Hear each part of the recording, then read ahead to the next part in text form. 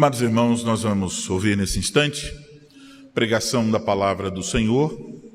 Essa noite vai expor a doutrina que nós confessamos no dia do Senhor, de número 19, no Catecismo de Heidelberg. Nós faremos então inicialmente algumas leituras. A primeira delas na carta de Paulo aos Efésios, capítulo de número 1. O versículo 15 ao 23.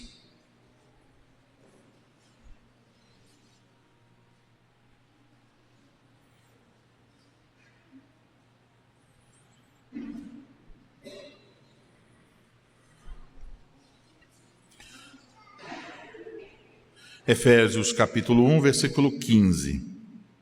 Por isso também eu tenho ouvido a fé que há entre vós no Senhor Jesus e o amor para com todos os santos. Não cesso de dar graças por vós, fazendo menção de vós nas minhas orações, para que o Deus de nosso Senhor Jesus Cristo, o Pai da glória, vos conceda espírito de sabedoria e de revelação no pleno conhecimento dele, iluminados os olhos do vosso coração, para saberdes qual é a esperança do seu chamamento, qual a riqueza da glória da sua herança nos santos, e qual a suprema grandeza do seu poder para com os que cremos, segundo a eficácia da força do seu poder, o qual exerceu ele em Cristo, ressuscitando-o dentre os mortos e fazendo-o sentar-se à sua direita nos lugares celestiais, acima de todo principado e potestade, e poder e domínio, e de todo nome que se possa referir, não só no presente século, mas também no vindouro. E pôs todas as coisas debaixo dos pés, e para ser o cabeça sobre todas as coisas, o deu à igreja, a qual é o seu corpo, a plenitude daquele que a tudo enche em todas as coisas. Agora, vamos para a segunda carta do apóstolo Paulo a Timóteo, o capítulo de número 4. E vamos ler do versículo 1 ao 8.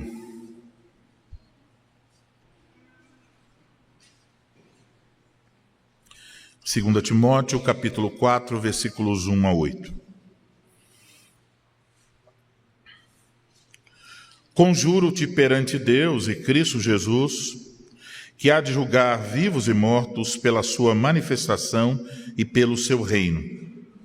Prega a palavra, insta, quer seja oportuno, quer não, corrige, repreende e exorta com toda longanimidade e doutrina. Pois haverá tempo em que não suportarão a sã doutrina, pelo contrário, cercar-se-ão de mestres segundo as suas próprias cobiças, como que sentindo coceira nos ouvidos, e se recusarão a dar ouvidos à verdade, entregando-se às fábulas. Tu, porém, sê sóbrio em todas as coisas, suporta as aflições, faze o trabalho de um evangelista, cumpre cabalmente o teu ministério. Quanto a mim, estou sendo já oferecido por libação, e o tempo da minha partida é chegado. Combati o bom combate, completei a carreira, guardei a fé. Já agora a coroa da justiça me está guardada, a qual o Senhor, reto juiz, me dará naquele dia, e não somente a mim, mas também a todos quantos amam a sua vinda. Procura vir, desculpe irmãos, até o versículo 8.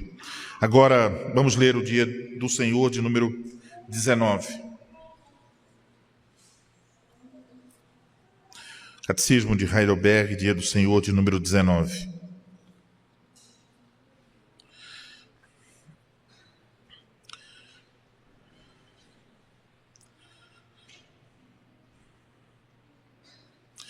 O dia do Senhor 19 procura explicar aquilo que nós confessamos no credo apostólico sobre Cristo estar assentado à direita de Deus Pai, e depois confessamos, e há de vir para julgar os vivos e os mortos.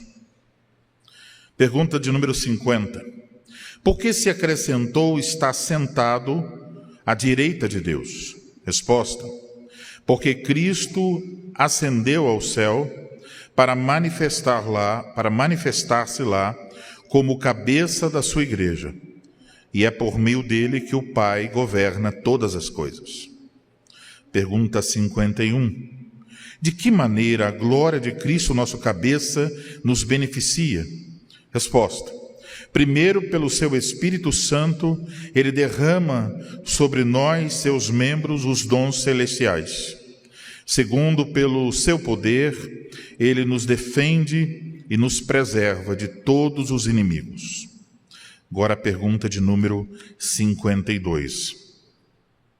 Que consolo lhe dá o fato de que Cristo há de vir julgar os vivos e os mortos?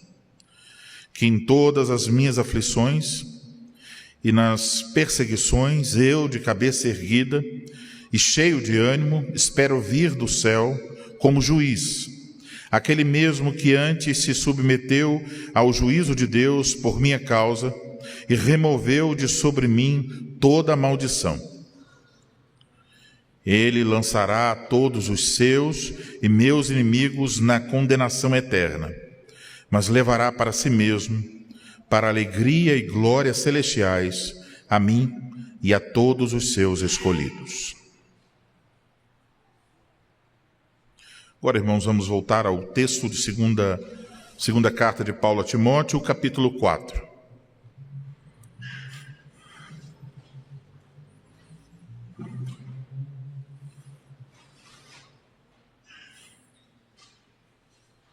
E o texto da pregação é o versículo de número 1.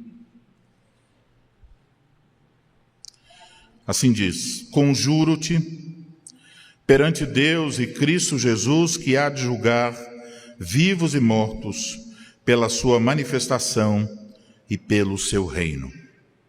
Vamos orar. Ó Senhor Deus, nosso Pai, graças damos, Senhor, por termos o privilégio de cantar os salmos, os louvores ao Senhor, e agradecemos, Senhor, pelo trabalho da Comissão Brasileira de Salmodia, também pelo trabalho das comissões das igrejas reformadas, que cuidaram e agora ainda cuidam para que tudo isso seja organizado.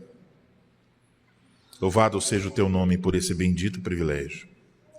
Louvado seja o Teu nome pelo privilégio de termos esse local para cultuar o Teu nome, onde podemos nos abrigar, onde podemos nos reunir. Também isso tem sido uma bênção especial do Senhor para nós. Agora, ó Deus, nós vamos ouvir a pregação da Tua palavra e mais uma vez precisamos pedir ao Senhor que nos ajude. Dá graça àquele que fala, dá que ele seja fiel, que busque a glória do Teu Filho Jesus Cristo. E dá a cada ouvinte a humildade, a mansidão necessária, o coração sensível para ouvir e receber a pregação como palavra do Senhor para si mesmo. Nós pedimos isso em nome do Senhor Jesus Cristo. Amém.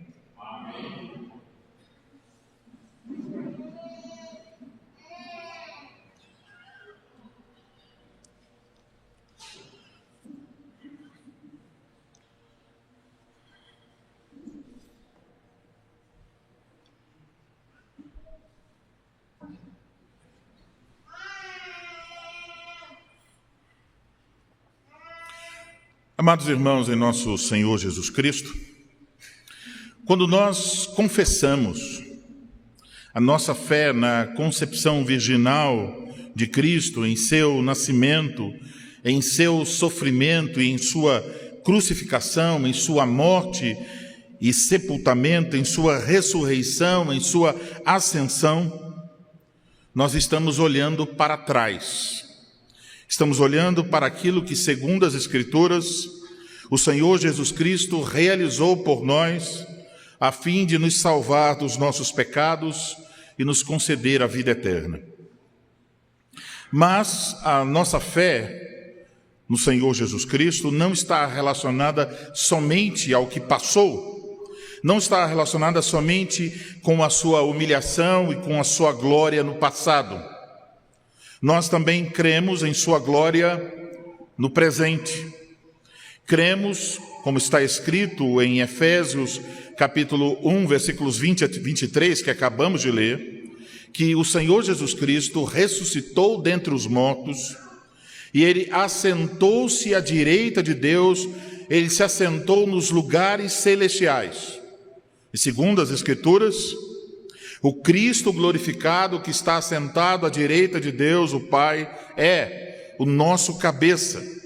Isso quer dizer que Ele, como confessamos no Catecismo de Heidelberg, a pergunta 51, derrama sobre nós, pelo seu Espírito Santo, os dons celestiais, e que Ele, pelo seu poder, como Rei, Ele nos defende, Ele nos preserva de todos os nossos inimigos. Mas a nossa confissão a respeito do Senhor Jesus Cristo, a respeito da sua glória, vai além do presente. Ela olha também para o futuro. A cada domingo nós confessamos não somente que o Senhor Jesus Cristo está agora assentado à direita de Deus Pai Todo-Poderoso, isso é o presente, mas nós também confessamos a respeito do futuro quando dizemos: de onde há de vir para julgar os vivos e os mortos. E esta preciosa verdade que também encontramos aqui no texto que acabamos de ler em 2 Timóteo, capítulo 4, versículo 1, onde o Evangelho nos ensina que quando o Senhor Jesus Cristo voltar, Ele julgará os vivos e os mortos. Isto é o tema da pregação desta noite. Quando o Senhor Jesus Cristo voltar, Ele julgará os vivos e os mortos. Então, em primeiro lugar, vamos observar a seguinte afirmação: o Senhor Jesus Cristo voltará. Para entender melhor as palavras do versículo 1 do texto que acabamos de ler, nós devemos observar o seu contexto. Sabemos, a segunda carta do apóstolo Paulo a Timóteo é a sua última carta. Paulo estava preso em Roma por causa do Evangelho, ele estava aguardando a sentença de morte. Então ele escreve ao pastor chamado Timóteo, ainda jovem, a fim de transmitir a esse homem, Timóteo, as palavras finais de encorajamento. É algo parecido com Jacó reunindo seus filhos para dar-lhes a bênção no final de sua vida. Paulo está chegando ao final de sua vida, então ele deseja oferecer as últimas instruções para este jovem pastor chamado Timóteo. E as palavras do apóstolo aqui são marcadas por uma compreensão do que ele estava vivendo, de que ele estava de fato vivendo seus últimos dias. Basta olhar para versículo 6, quanto a mim estou sendo já oferecido por libação, e o tempo da minha partida é chegado. E também Paulo estava ciente de que pela graça de Deus, ele havia cumprido o seu ministério. Combati o bom combate, completei a carreira, guardei a fé. Agora que a hora da sua morte se aproximava, o apóstolo então compartilha com Timóteo a sua esperança. Ele diz no versículo 8, já agora a coroa da justiça me está guardada. Mas note que o apóstolo está com esta coroa, ele está ciente que esta coroa só seria entregue naquele dia, ele diz, isto é, no dia em que o Senhor Jesus, o reto juiz, voltasse para julgar os vivos e os mortos, como diz o versículo de número 1. Então é à luz dessa vinda de Cristo, para julgar os vivos e os mortos, que o apóstolo está procurando encorajar Timóteo para que Timóteo cumpra fielmente o ministério que lhe foi confiado. Versículo 5, ser sóbrio em todas as coisas, suporta as aflições, faz o trabalho de um evangelista, cumpre cabalmente, completamente o teu ministério.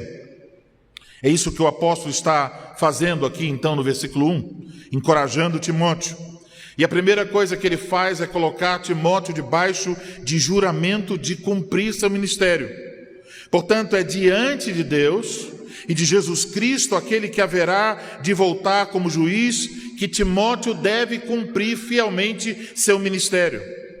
É nesse contexto que Paulo apela em nome da manifestação de Cristo e pelo reino que Timóteo pregue a palavra. Notem então que o apóstolo Paulo se refere aqui à vinda de Cristo utilizando dois termos. Estão aí no versículo de número 1. Ele se refere à vinda de Cristo como manifestação e se refere à vinda de Cristo como seu reino. A palavra manifestação, ela tem uma ideia, ela traz a ideia de um aparecimento, de uma revelação, algo visível. Ela também aparece no versículo 8, onde é traduzida como vinda. Então, nesse contexto, esta palavra refere-se ao aparecimento visível e glorioso do Senhor Jesus Cristo quando Ele voltar. O que indica que a segunda vinda de Cristo não será um evento oculto, não será um evento secreto, mas pelo contrário, Cristo virá com poder e grande glória, e esse é o testemunho das Escrituras. Por exemplo, em Mateus capítulo 24, versículo 30, se pode ler: então aparecerá no céu o sinal do Filho do Homem. Todos os povos da terra se lamentarão e verão o Filho do Homem vindo sobre as nuvens do céu com poder e muita glória. E em Tito capítulo 2, versículo 13, lemos: aguardando a bendita esperança e a manifestação da glória do nosso grande Deus e Salvador, Cristo Jesus. Então, o apóstolo não fala dos crentes em termos de esperando um arrebatamento secreto, mas diz a Tito na sua carta que os crentes estão aguardando a esperança e a manifestação da glória do nosso grande Deus e Salvador, Cristo Jesus. Aqui em 2 Timóteo 4:1, o texto também mostra uma relação entre essa segunda vinda de Cristo, visível, uma manifestação, e o seu reino. Ainda que agora o reino de Cristo se estenda sobre todas as nações e sobre todas as coisas, ele não é reconhecido pelos homens. Antes, pelo contrário, os homens resistem ao reinado de Cristo, como diz o Salmo de número 2. Mas quando Cristo vier, todos verão a majestade de seu reino eterno. E o testemunho da Escritura é: todo joelho se dobrará e toda língua confessará que Jesus Cristo é Senhor. Esta referência ao reino é uma referência à dimensão futura do reinado de Cristo. No versículo 18, o apóstolo menciona isso ao falar do reino celestial. Portanto, quando usamos as palavras do credo apostólico e confessamos que Cristo há de vir, estamos tão somente repetindo o que a Bíblia ensina, isto é, que Cristo voltará. E como nós temos visto, esta será uma vinda visível e gloriosa. Por isso nós confessamos não só que agora o Senhor Jesus Cristo está assentado à direita do Pai, mas também confessamos que Ele há de vir.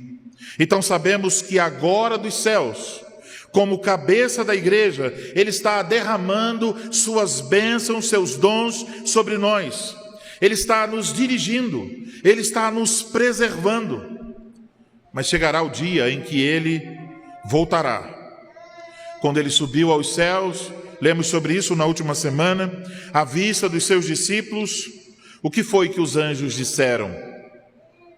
Esse Jesus que dentre vós foi assunto ao céu, virá do modo como o viste subir. Então temos essa esperança. Confiamos no que Deus diz no Evangelho.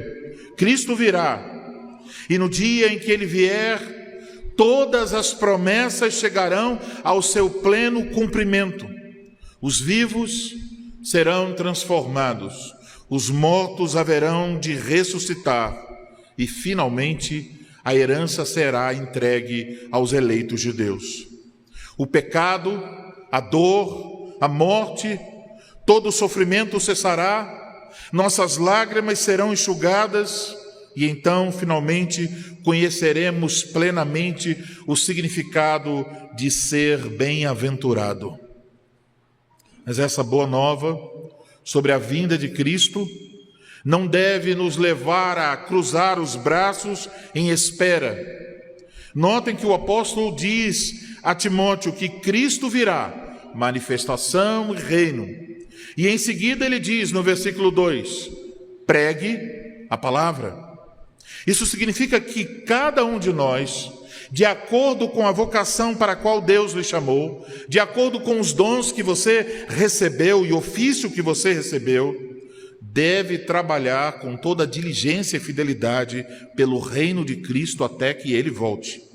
Significa que, como igreja, nós temos uma responsabilidade de manter a pregação viva e fiel do Evangelho do Senhor Jesus Cristo até que ele venha com glória e poder. Amados irmãos, então nós devemos sempre manter essa expectativa sobre a volta de Cristo. Sua fé não diz respeito somente ao presente e a esta vida, mas diz respeito ao futuro e à eternidade. E por isso nós devemos ansiar, desejar pela vinda de Cristo, que ele venha, que seu reino se estabeleça completamente e finalmente. Irmãos, vocês confessam todos os domingos a vinda do Senhor Jesus Cristo, que há de vir. Mas a pergunta é, vocês anseiam por isso? Vocês desejam por essa vinda durante a semana? Vocês estudam, trabalham, se esforçam com vistas não só o sustento de sua família, mas com vistas ao reino de Cristo? Que o Senhor nos conceda não esquecer que ele virá e que todos os dias possamos dizer as palavras finais do Apocalipse: Maranata, vem Senhor Jesus. Agora devemos considerar o segundo ponto. O segundo ponto é que quando o Senhor Jesus Cristo voltar, ele julgará os vivos e os mortos. Quando Cristo vier, o fim chegará. O fim dos tempos, o fim da história da humanidade. Por isso a sua segunda vinda é descrita nas Escrituras como o último dia. Mas o que acontecerá nesse dia final? A resposta? O juízo. Observem que o apóstolo faz então uma relação entre a vinda de Cristo, a sua glória, a consumação do seu reino, com o dia do juízo. Haverá de vir manifestação, reino, para julgar os vivos e os mortos. Quando Cristo voltar, ele virá como juiz. Ele julgará os vivos, isto é, aqueles que estiverem vivos na ocasião de sua segunda vinda. Mas ele também julgará os mortos. Esses haverão de ressuscitar e serão julgados por Cristo. Veja em sua Bíblia, Apocalipse, capítulo de número 20, versículos de 11 a 15.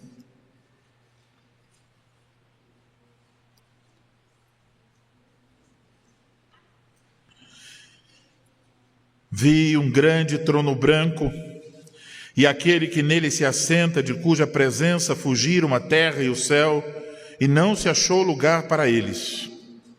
Vi também os mortos, os grandes e os pequenos, postos em pé diante do trono. Então se abriram livros. Ainda outro livro, o livro da vida, foi aberto. E os mortos foram julgados segundo as suas obras, conforme o que se achava escrito nos livros. Deu o mar os mortos que nele estavam, a morte e o além entregaram os mortos que neles havia, e foram julgados um por um, segundo as suas obras. Então a morte e o inferno foram lançados para dentro do lago de fogo. Esta é a segunda morte, o lago de fogo. E se alguém não foi achado inscrito no livro da vida, esse foi lançado para dentro do lago de fogo. Portanto, todos os homens, desde Adão até o último homem, a morrer antes da vinda de Cristo, e todos os que estiverem vivos, serão julgados pelo Senhor Jesus Cristo. Cristo se assentará no seu trono, e como um reto juiz ele julgará a cada um, diz o texto. Por isso a Escritura se refere ao tribunal de Cristo. Em 2 Coríntios capítulo 5, versículo 10, a Escritura nos diz: porque importa que todos nós compareçamos perante o tribunal de Cristo, para que cada um receba segundo o bem ou o mal que tiver feito por meio do corpo.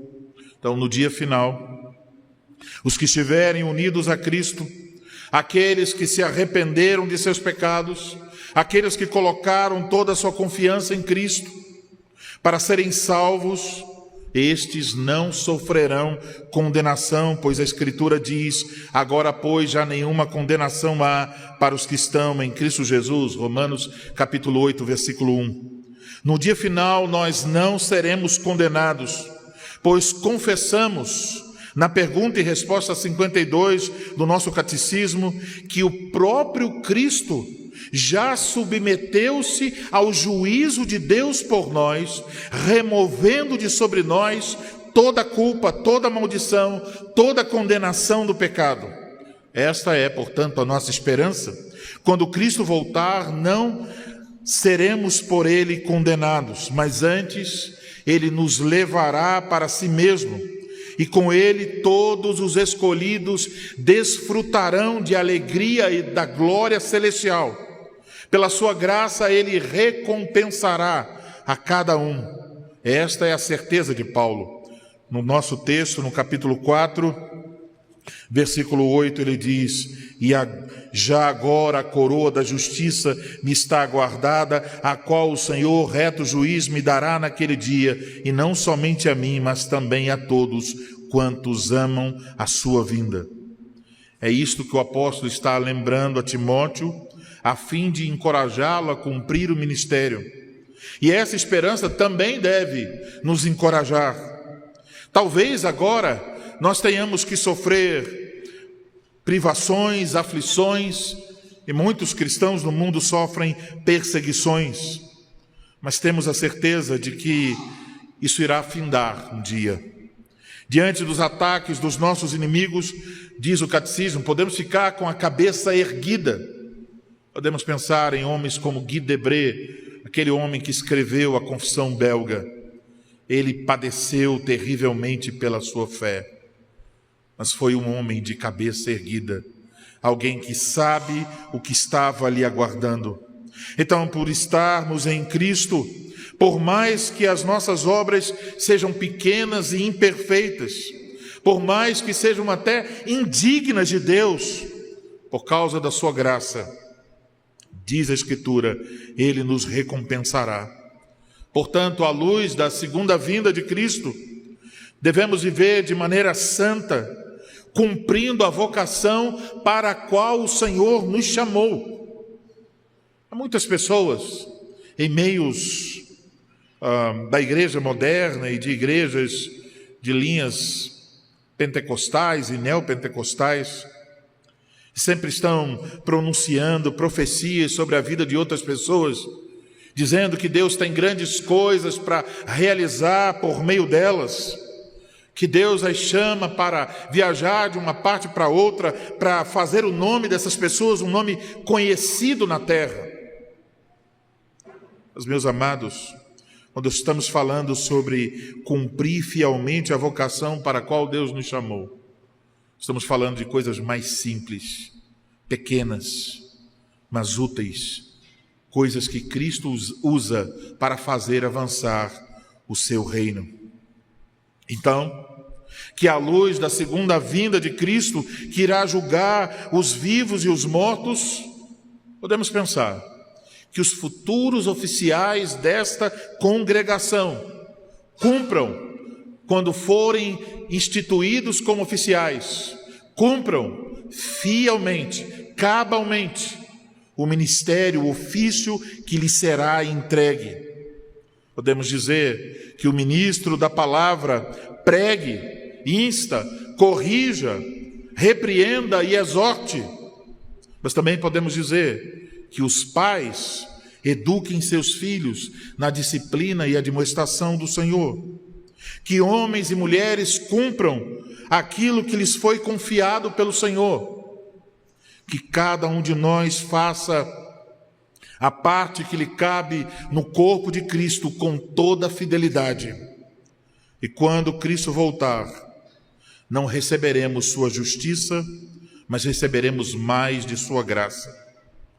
Mas também, irmãos, devemos reconhecer àqueles a quem o grande juiz não dispensará a sua graça, mas sim a sua justiça absoluta. Agora, constantemente ouvimos pessoas reclamando, dizendo: não há justiça, o mundo é um mundo injusto. E é verdade. Os homens não podem oferecer justiça perfeita. Mas quando Cristo vier, cada um receberá o que é justo. Cada um receberá o que merece. E naquele dia, não haverá apelações, não haverá erro de julgamento, não haverá um modo de subornar, não haverá acepção de pessoas, mas cada um será julgado segundo a reta justiça de Deus. Então, todos aqueles que desprezam o Evangelho, que rejeitam a Cristo, que estão fora da igreja de Cristo, serão condenados e sofrerão uma pena sem limite, uma pena eterna. Não haverá advogados para encontrar uma brecha na lei. Não será possível fugir, mas haverá, dia após dia, dor e mais dor, tristeza e mais tristeza, sofrimento sobre sofrimento. E nenhuma dor deste mundo, nenhum sofrimento deste mundo é comparável ao castigo eterno. Os pecadores não encontrarão mais graça, mas somente o juízo. Não haverá misericórdia, mas somente justiça para os pecadores que não se arrependeram. Então milhares e milhares estarão diante de Cristo e serão condenados por Ele. Milhares e milhares de pessoas, inclusive, que agora se julgam crentes, que se iludem, que brincam com o Evangelho, ficarão decepcionadas quando Cristo as condenar. Milhares e milhares de filhos da aliança que foram chamados a responder com fé às promessas de Deus, que receberam o sinal do batismo, serão condenados por terem desprezado a Cristo. Naquele dia, tudo que os homens mais amam, imediatamente perderá o seu valor. As riquezas não vão servir mais. Os prazeres e os vícios, os prazeres e vícios mais amados, acalentados nesta vida, serão descobertos como os piores males. Os amigos que agora dizem: você não precisa de Cristo, serão descobertos como os piores inimigos. Naquele dia não haverá mais tempo para arrependimento. Haverá apenas a triste constatação da realidade. Haverá choro, mas não haverá ninguém que lhes enxugue as lágrimas. Então, amados irmãos, o juiz está para chegar e ele certamente voltará. E é possível que agora muitas pessoas não liguem para isso. E é até possível que pessoas possam rir desta mensagem. Mas esse dia chegará e então não haverá riso para aqueles que não se arrependerem de seus pecados e não tiverem buscado verdadeiramente sua salvação em Cristo. Por isso, o anúncio de que o Senhor Jesus Cristo voltará para julgar os vivos e os mortos é também uma chamada ao arrependimento. É uma chamada para que os pecadores corram para Cristo, pois ainda podem achar graça, ainda podem encontrar perdão para os seus pecados, ainda podem escapar do juízo eterno. No entanto, muitos são como os genros de Ló. Mesmo quando eles foram avisados da repentina destruição que estava para cair sobre Sodoma e Gomorra, eles preferiram ficar. Eles se agarraram às alegrias de Sodoma e Gomorra e receberam assim o justo juízo de Deus pela sua incredulidade. Por isso, cada um deve ter certeza sobre a resposta para esta pergunta: o que aconteceria se Cristo voltasse agora? Se alguém está em Cristo, Cristo vem para esta pessoa. Se alguém não está em Cristo, Cristo vem contra essa pessoa. E tudo que está reservado para alguém que não está em Cristo é o cálice amargo da ira de Deus. Tal pessoa ouvirá naquele dia, ouvirá daquele que há de vir para julgar os vivos e os mortos. Ele dirá: apartai-vos de mim, malditos, para o fogo que está para o fogo eterno preparado para o diabo e seus anjos. Mas se você confia em Cristo, se Ele é teu Salvador e Senhor da sua vida, então não há o que temer. Seus pecados foram perdoados, você foi justificado e santificado, e o que ouviremos naquele dia da boca do reto juiz que há de vir para julgar os vivos e os mortos será: vinde, benditos de meu Pai, entrai na posse do reino que vos está preparado desde a fundação do mundo. Você confessa isso, pois é exatamente isso que o Evangelho promete para todos os que estão em Cristo.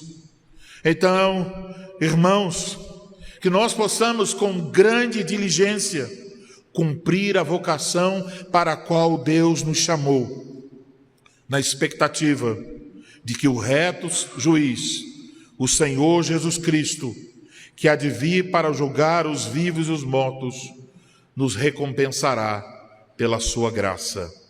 Amém.